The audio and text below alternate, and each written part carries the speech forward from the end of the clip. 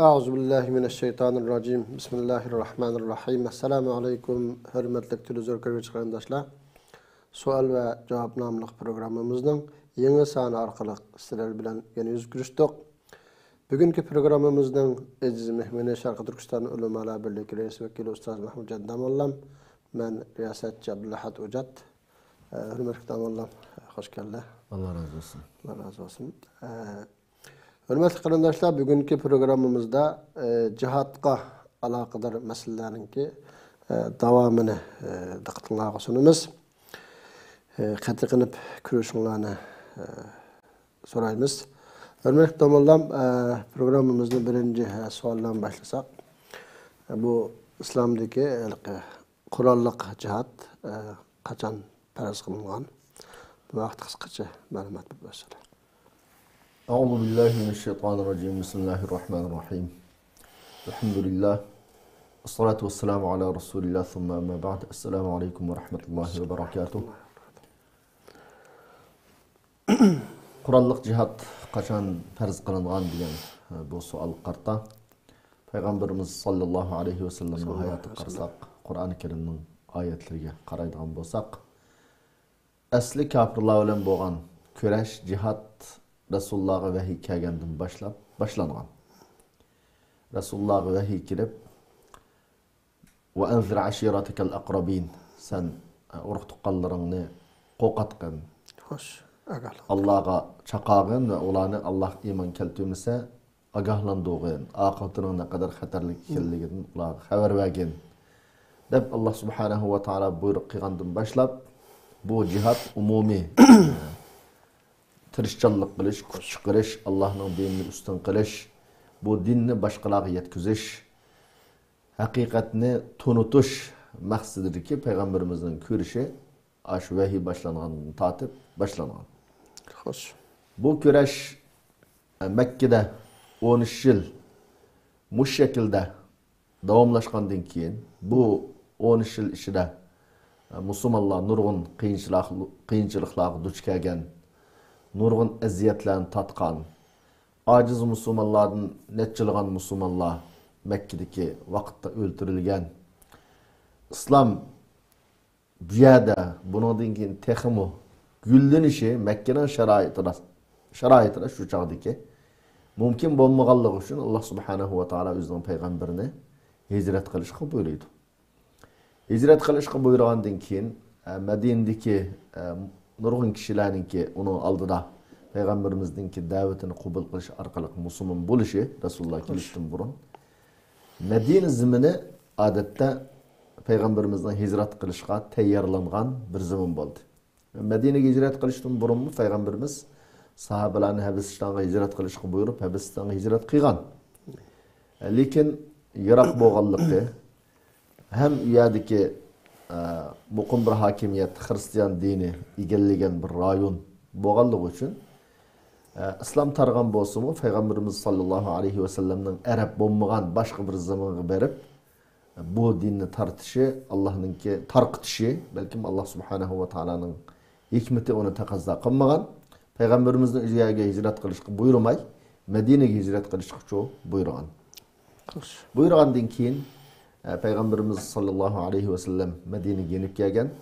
Medine'ye yenip gelgendan keyin mu müşrikler çoğu bopta ketken bolsun, nemikarimiz qilgan ishini qilsin demagan.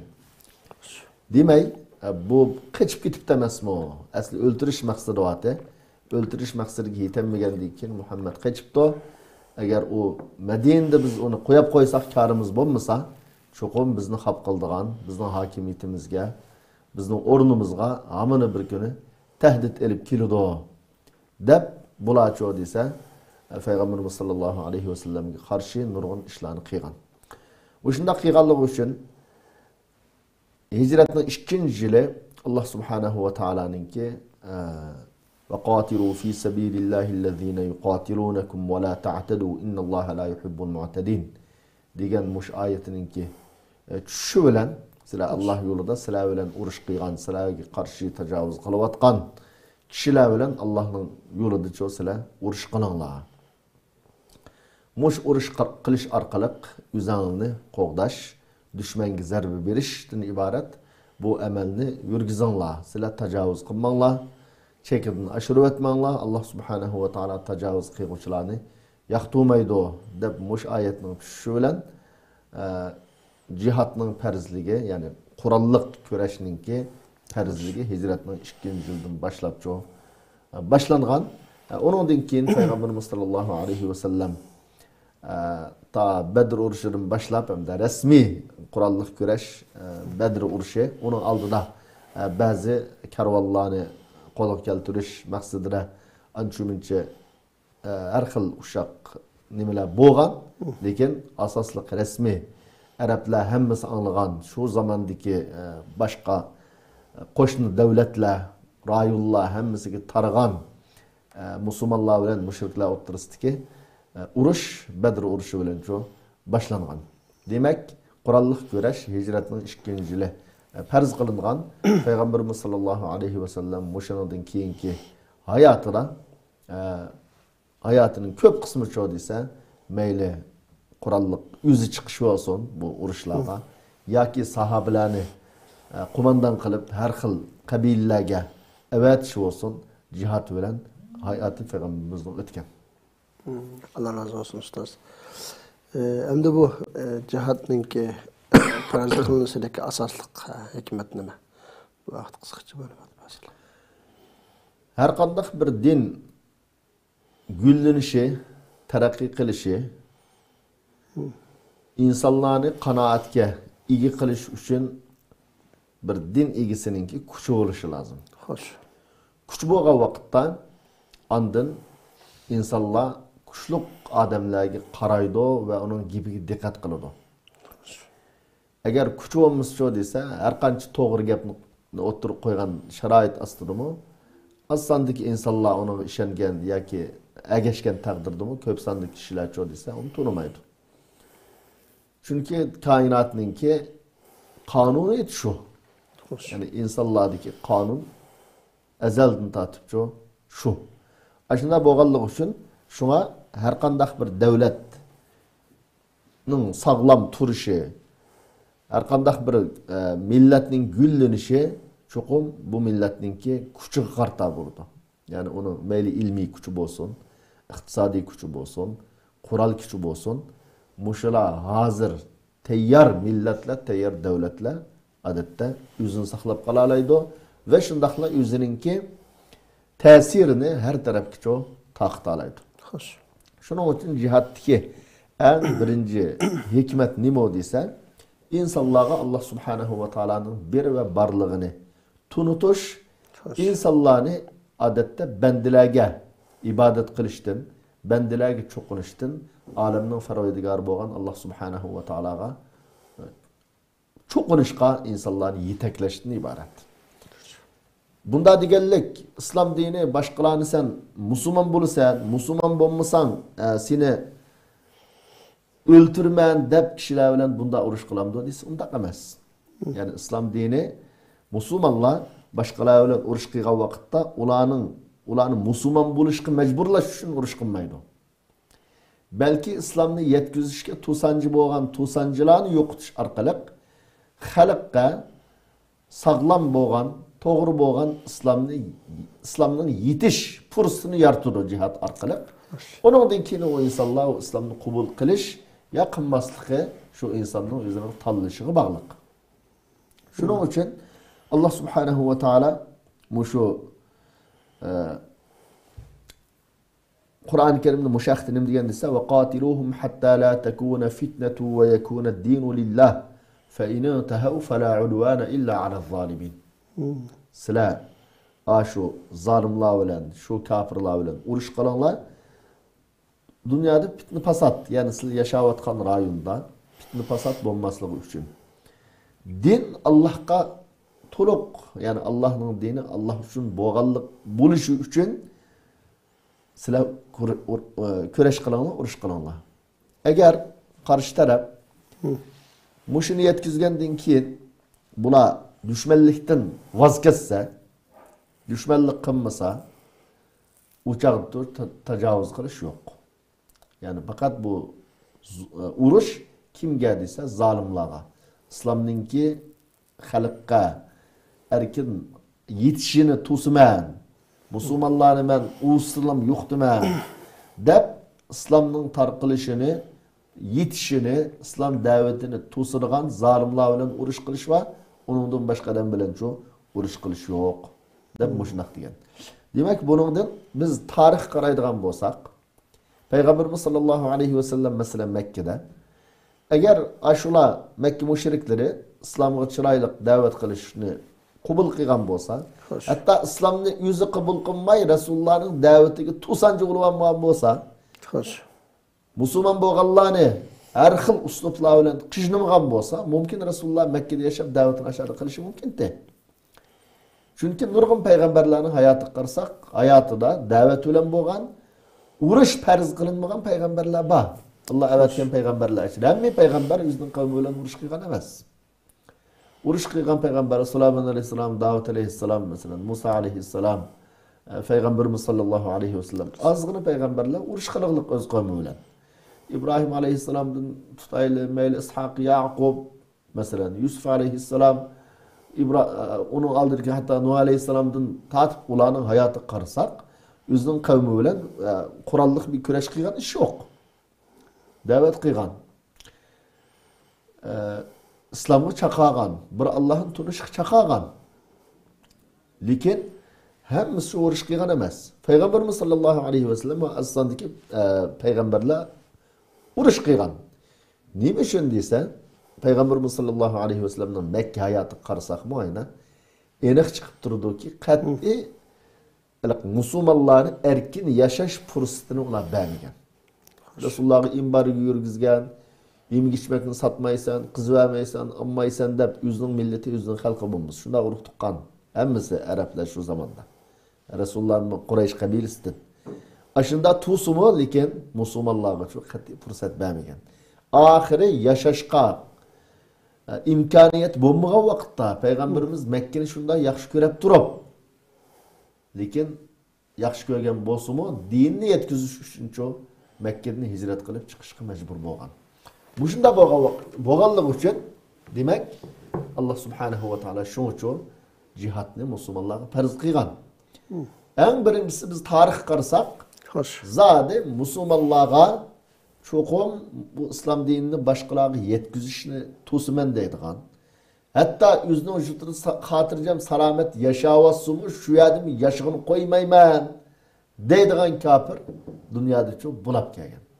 Bizning vatanimiz masalan buning tipik misoli. Shu asosan dinni yetkizgili qo'ymaslik ham taqatini qo'ymaslik, tarqatqini qo'ymaslik, yetkizgini qo'ymaslik, hatto o'zining vujudini xotirjam yashag'ini qo'ymaslik. Biz mesela Xitoyning vujudiga biz hujum qilib borganmi? Yo'q. Mesela biz vujudimizda yashayotgan odam yillardan beri. Necha ming kilometr yerdan cho'q bizning yurtimizga tajovuz qilib kelgan. Ma'onni mushbit yashag'ini qo'ymayman, ma'onning zaminini elib olaman deb. Islom tarixi qarasaqmi shu endi. Xo'sh. Mayli Rus bo'lsin, Xitoy bo'lsin, mayli boshqa Yevropaliklar bo'lsin, nurg'un urushlar islom dunyosiga kelib bo'laqliq. Nurg'un urushlar. Musulmonlar yashag'ini qo'ymaymiz bularni.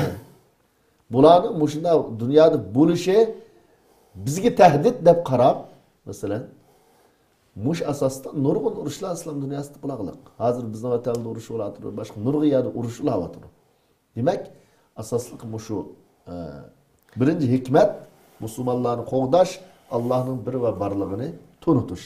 Ikkinchisi musulmonlarga bo'lgan tajovuzni to'xtatishdi. Har qanday bir davlat o'zininki muqimligi, xalqining xotirjamligini qo'g'dab qilish uchun bu davlatning askari bo'lish kerak endi. Bugungi dunyoda qaysi davlatning askari kuchli bo'lsa, shu davlat eng xotirjam. Boshqalarga tahdid solib yashaydi, boshqalar uchun uni tahdid sololmaydi. Qaysi bir davlat ojiz bo'ldi ekan, askari jonsiz bo'ldi ekan, bunda davlatcho dunyoda e'tibor yo'q. Bu bugungi haqiqat emas, tarixdan bu yana haqiqat bordir. Tarixdan bu yana har qanday davlat, har qanday bir millat askariy tarafdan, ilmiy taraf, har tarafdan kuchli bo'ldi ekan, bular boshqalarni so'rab keladi. Qachon ojiz bo'ldi ekan, Başkalar çokum bunu şu tecavüz kılıp, bunun baylıklarını, bunun yurtunu bulan taraş kılış üçün şu tecavüz kıldığında tarihte bu tecavüzler teyyandır. Bugünkü hakikatmiş o. Şunun için ikinci cihatninki en muhim perz buluştaki hikmetinin ikincisi ne dese Müslümanların tecavüz kıldığını kaytırış şu Allah Subhanahu ve Teala ألا تقاتلون قوما نكثوا أيمانهم وهموا بإخراج الرسول وهم بدأوكم أول مرة أتخشونهم فالله أحق أن تخشوه إن كنتم مؤمنين. Sila özünün əhdillərini buzub, sila bilen tüzgen kilişimlerini buzub, silanın jutunlağı hücum qıyğan kişilerge Peygamber aleyhisselamını çıqırı ütüşke qas qıyğan, sila bilen uruşunu başlığan, sila jutunluda tusanlı mı? Uruş açkan. Bunda kişiler bilen sizler uruş kılmamışlar. Demiş kokap oltırıslar. Sizler şulardan kokap atamsızlar. Allah Subhanahu ve Teala en kokaş kılayak. Eğer sizler hakik mümin bolsanlar, Allah'tan kokap sizlerge tecavüz kıygan düşmenden kokmayço uruş kılınlar dep Allah Subhanahu ve Teala bu ayette tecavüz kılınganlarını kaytırışınki bu cihatның farz kılınıştiki Allah'ın muhim hikmet ekenligini bu ayet şu bayan kıygan. Üçüncüsü hem de kişilerdeki fitne pasat ne? Yani kişiler fitne degen bir yerde Müslümanların katlı kıyınçılık uçuruşu. Kafirlerin olan azaplışı. Zulüm demek. Zulüm. Müslümanlarınki katlıdan pasatqa, zulümqa, xapılıqqa, musibetke uçuruşu. Muş musibetini kişilerin hayatının çoğu yoktuş. Bu cihatın üçüncü en muhim gayesi, muhim nişanı, hikmeti.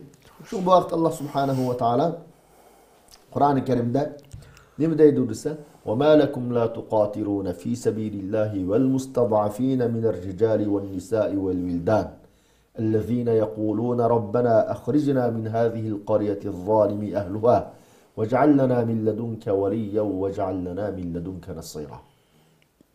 Demek sizler Allah yolunda ve şundakla erladin, ayalladin, balladin zulüm kılıngan, aciz sanılgan, kafirlerin tecavüzü uçurgan muşundak kişilerin kutkuzu yolunda demiş uruş kılmaysızlar.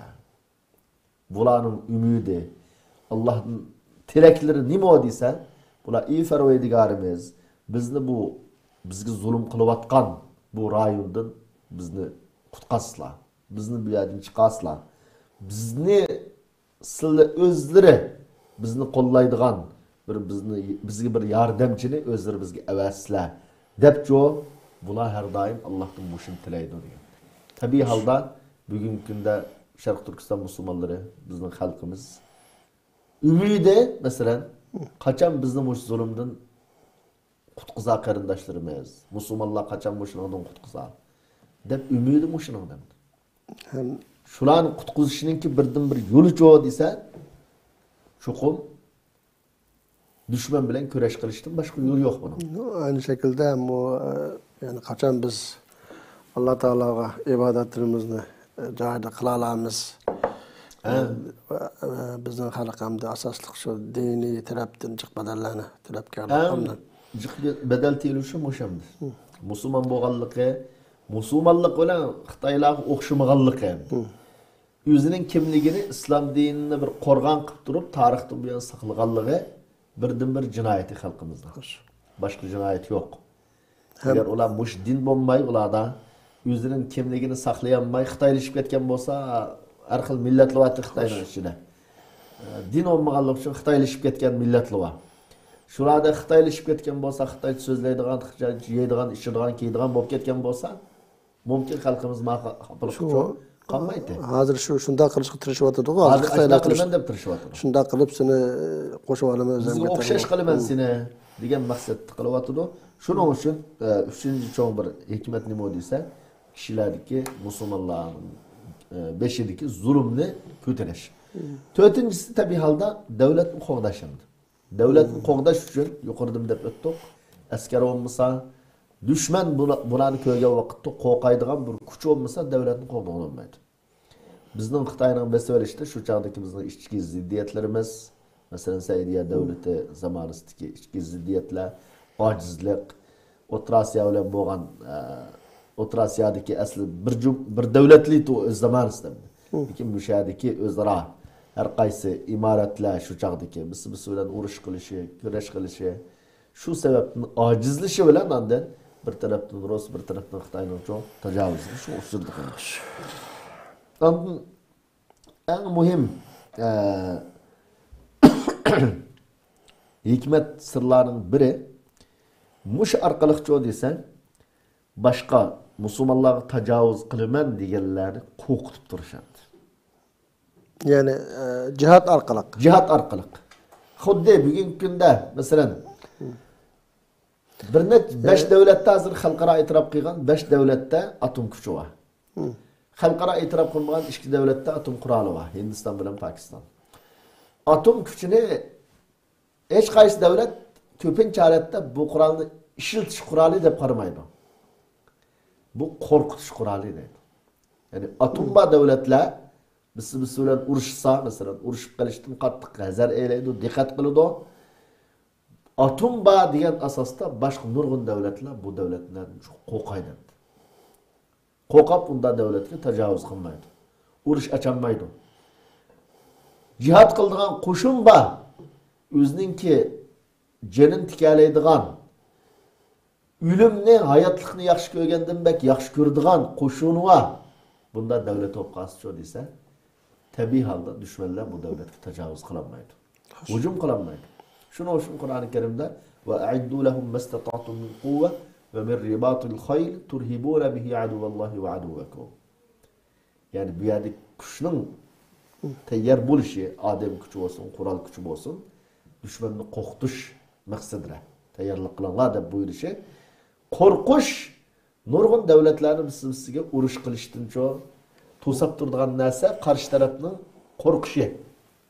Agar shu hozir qarasak, Ikkinchi dunyo urushidan keyin çoğun devletler arasında köpünçe halet uruş bombavatır hazırlık kadar. Fakat uruşuduğalla üçüncü bir devletini, bir aciz devletini sep koyup şu arkalık uruşuvatır biz bilen bir vasıta uruşmavatır. Neymiş için ise biz-bisinin kokaydı. Korkuş bu uruşta en muhim sırlarının biri.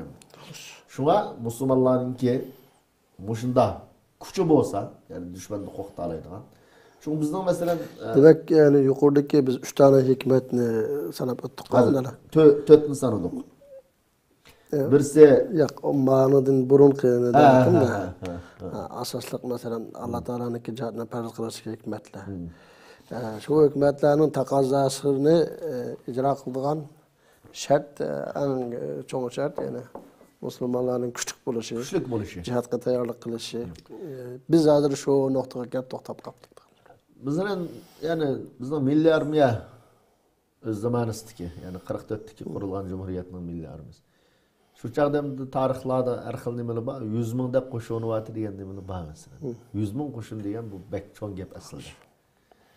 Agar şu bu xiyonet bilan yoki oldinish bilan yo'qitildi bu qo'shin, shu chaqda shu qo'shin bo'ldi biz urush qildi degan bo'lsa, mesela şu çağda aldınıp ketmey.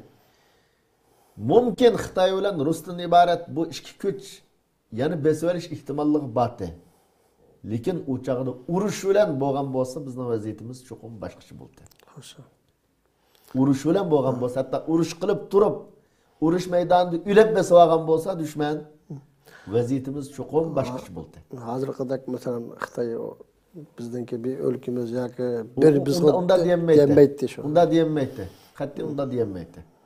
Şunu için aldınış, hazır hem de xiyonet, ma'lum taraflardan xiyonet qilingan bo'lsa, ma'lum tarafdan aldınış bilan yo'qitildi o'qishun.